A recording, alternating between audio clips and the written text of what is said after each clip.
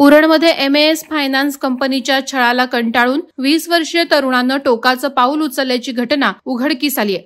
प्रथमेश देसाई असं मृत तरुणाचं नाव आहे। फायनान्स कंपनीच्या अधिकाऱ्यांवर गुन्हा दाखल करण्याची मागणी नातेवाईकांनी उरण पोलिसांकडे केली आहे।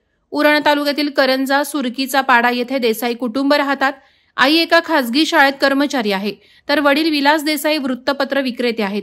त्यांचा मोठा मुलगा गणपती कारखान्यात आणि प्रथमेश खासगी बंदरात काम करत होता। वृषाली यांनी प्रथमेशला एमएएस फायनान्स सर्व्हिस या कंपनीतून लोन घेऊन दुचाकी घेतली। 2022 मध्ये घेतलेल्या गाडीचे 16 हप्तेही नियमित भरले। त्यानंतरचे शिल्लक राहिलेले काही हप्ते थकले होते, त्यामुळे फायनान्स कंपनीचे एजंट फोन करून हप्त्यासाठी प्रथमेशकडे सारखा तगादा लावत होते। तसंच सतत घरी अपमानित करून धमकी देत होते। या छळाला कंटाळून प्रथमेशने स्वतःला संपवलं।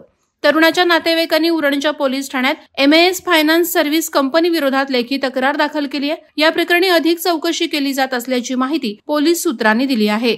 वादळवारा लाईव्हसाठी न्यूज ब्युरो उरण। नवी मुंबई व रायगड जिल्ह्यातील ताज्या बातम्या आणि घडामोडींसाठी सबस्क्राईब करा वादळवारा लाईव्ह चॅनल आणि दाबा बेल आयकॉन।